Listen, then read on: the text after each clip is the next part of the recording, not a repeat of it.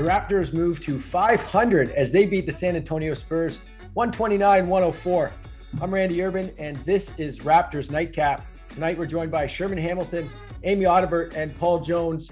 Sherm, you made it onto the Zoom first, so I'm going to start with you. Those are just the perks of this game. That's 3 straight wins now for the Raptors. In terms of their overall team play, what impressed you about the offense tonight? Well, a lot. I mean, really, the ball movement was phenomenal. The way they shared the basketball, got everybody involved and really kept that Spurs defense discombobulated. And when they're healthy and when they have key guys in the lineup and they move the ball and bodies like that, they become very difficult to manage. And I thought their ball movement was one of their tenets of success in the past. Mm-hmm. To see guys now who you have the key guys back who are making shots that get the assist totals up, that force the defense to react like that.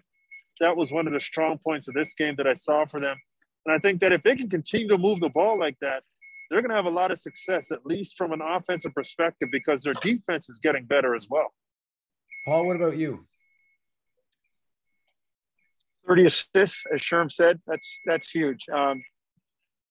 Excuse me. I thought the key would be their defense tonight. San Antonio is a good offensive team.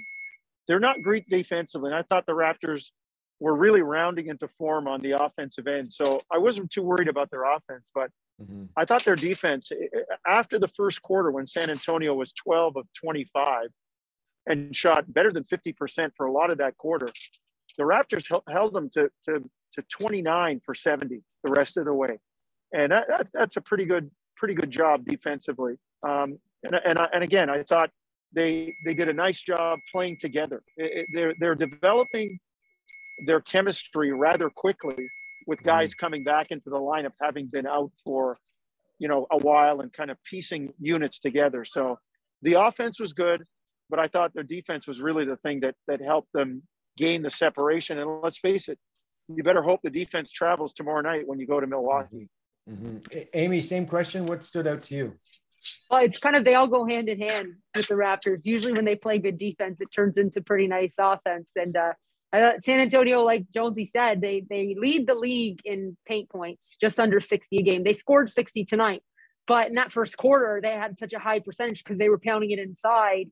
All that being said, Toronto still had a 1-point lead after the first quarter. So then when they were able to kind of just get a couple stops, make things a little bit more challenging on the defensive end, get out and run. And again, I thought Freddie was excellent, but if you notice, like Fred gets hot and then all of a sudden Gary hits a couple threes and Pascal was consistent.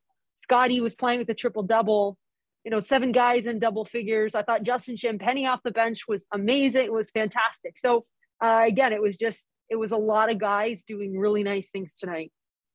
So Sherm, let's start with Fred then, because he's on a tear right now. He's averaging over 30 in his last 5. Have you noticed any change in his game during this run that's sort of fueling this offensive surge?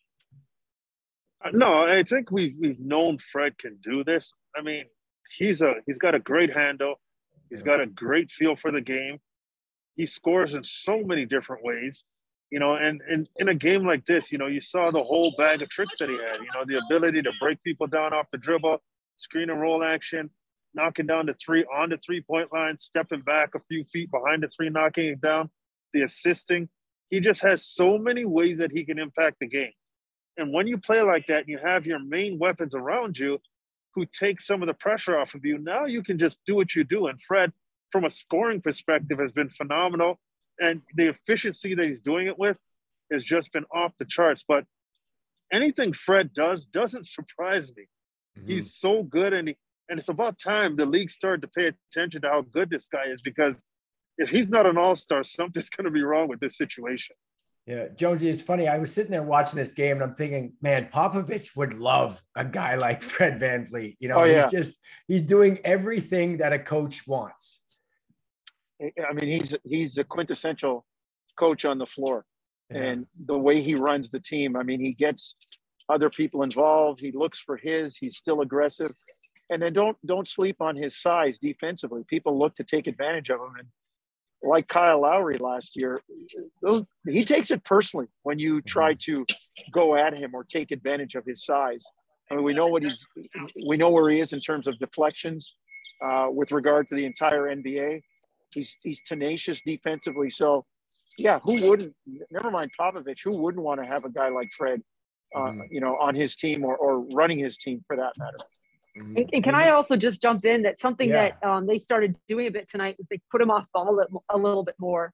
They were letting Scotty run the point, and I know we've talked about this a lot. I love Fred off the ball because he can get all those kind of like fake, those screens, weak side. He runs off of curls.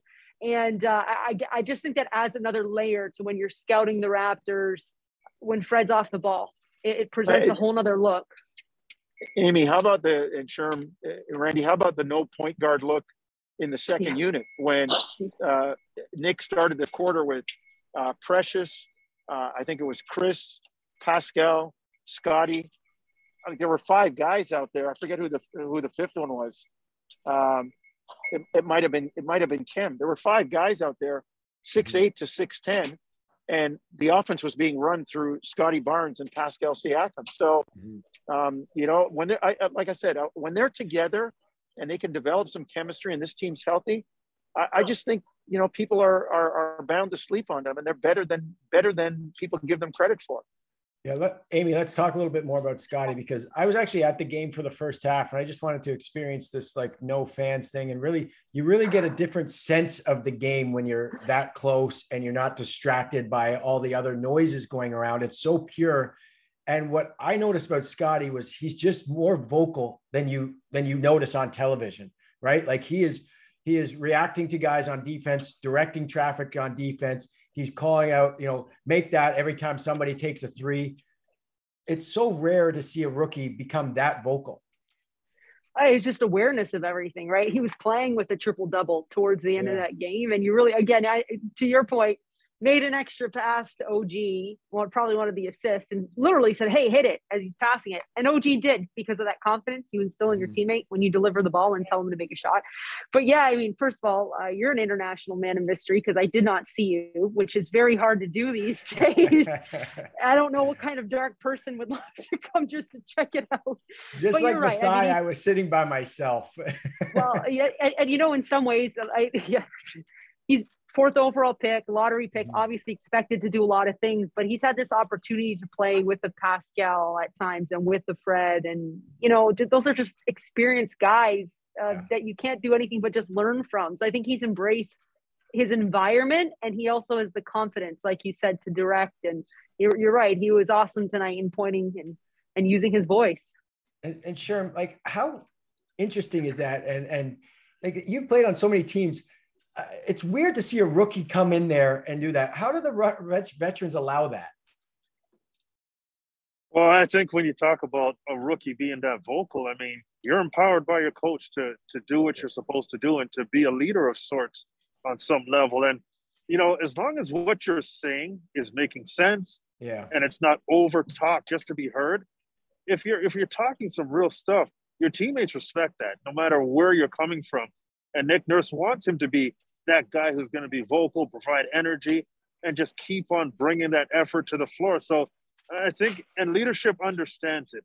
Leadership doesn't want to cut down players who are trying to figure things out and trying to assert themselves. They want to guide them. They want to help them. They want to kind of, get them going in the right direction if they get off track. But if they're saying good things, good leaders will allow other players to say what they have to say and continue to build them up. And you're talking about leadership on this team. Fred is cream of the crop when it comes to leadership. So it allows a guy like Scotty to be confident when he's out there and being vocal and producing at the same time.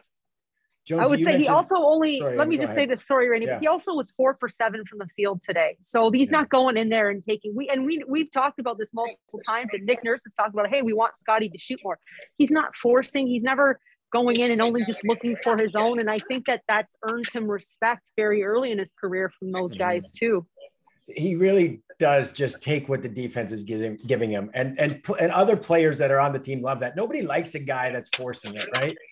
Well, Randy, let me give you an example of that. In the first quarter, game's kind of going back and forth. Scotty brings the ball down, and nobody would have faulted his 3 in transition. It was kind of I remember that. A semi-transition opportunity. He brought it down. He stopped straight away. He cocked it as if he was going to let it go. And it was if he said, no, you know what? I can get this shot anytime. It's not a great shot right now. Let's work it for something better. He makes a pass. 2 or 3 passes later, they get an easy bucket. It would have been easy to take that shot, especially in today's NBA, and say, well, I was open. I let it fly. They want me to be aggressive. But he understands. You know, he comes down in the second half and zips a laser to Chris Boucher off the dribble with the left hand. He just understands the game at a level that most rookies have yet to get to at this point in the season. Jonesy, Sherman, I want to touch on what Jonesy said earlier about surprising teams. They've now won 3 in a row, scored a season high or tying a season high 129 tonight. Going forward, there's a chance here where they've got some away games coming up. There's a chance here they're going to surprise a lot of teams.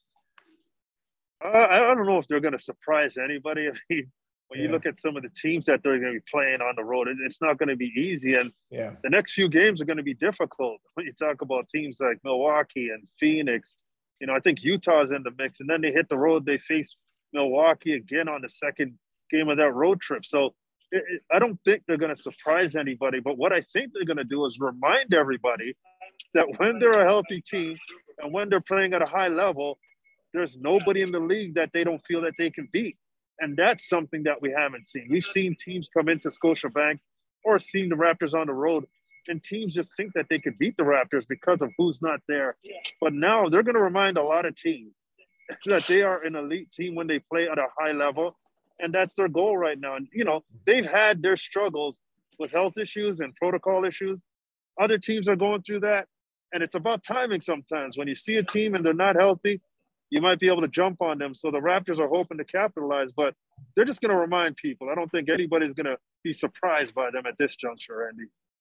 Yeah, good point. All right, let's do a little bit of overtime here, Amy. I want to talk Primo, 12th overall in last year's draft. What are your thoughts on his potential? I think we're going to be talking about him for a long time. You got to think this is a guy that he's played basically 1 year everywhere. I mean, that's what it feels like, right? I mean, even in college, played 1 year. He's so young. One of the youngest player in the league, actually. And I mean, he made some nice passes. He comes in, he's got a nice, like, his IQ, he's calm. But really, I love, like, he was attacking Pascal at the rim, or he got a first step on Fred. So he's just not, like, backing down from that. And when you think about what this game probably meant to him, I mean, he talked pregame about when his team got to come and line up in the opening years, a couple years ago, and he stood in front of Rudy Gay and was completely starstruck. And I mean, now he's on that court and he's taking on guys that probably a couple years ago he was watching like the rest of us win a championship. I'm just really, really impressed with what and I mean, his ceiling, I don't know what that is, but it's really high. Jonesy? I just take what Greg Popovich has seen and coached a lot of really good players in this league. And when he said Josh Primo's really good, he's young, but he's really good. When Pop says that tells you everything you need to know. And, you know, a coach like Popovich is not going to let him rest on his laurels. And you know, his family was here after the game, and I know his dad, you know, we're same high school. And you know, it's one thing to get drafted. It's another thing to have a career. He's been drafted. Now he has to go to work on having a, you know, 9, 10, 12-year career. And he's very capable. He's in the right system. We always talk about where you're drafted and who you're with. Could he get any better for young Josh Primo? Sherm, final thoughts, final words on his potential, or you could switch it up, talk about my potential, whatever you want to do. We're going to stay with Josh. He's worth the conversation. But he just does a great job in terms of being active. And sometimes activity can be mistaken for good play. Yeah, it's not all the time. And the way that he operates in terms of his activity, you know, offensively, he's got a very patient approach, but yet he's aggressive when he needs to be at such a young age, which is a great balance to have. You know, he can shoot the ball too. I mean, this is a guy who will stretch a floor, but you can see physically he's not there. But I just like his demeanor on the court for such a young player, his confidence when he's out there. And, you know, when young players don't make a ton of bad decisions, when the decisions they make, you look at, you can say, oh, those are pretty good decisions. Forget about the result of the make or the miss. But he's making good decisions out there. And like Jonesy said, if Pop's giving you that stamp, with the kind of players that have come through that system under Popovich, I'm going to give him the nod right away. Yeah. All right, guys, great stuff. Have to stop you there. Next game for the Raptors tomorrow night in Milwaukee. Tip-off goes at 8 p.m. Eastern. We will see you then.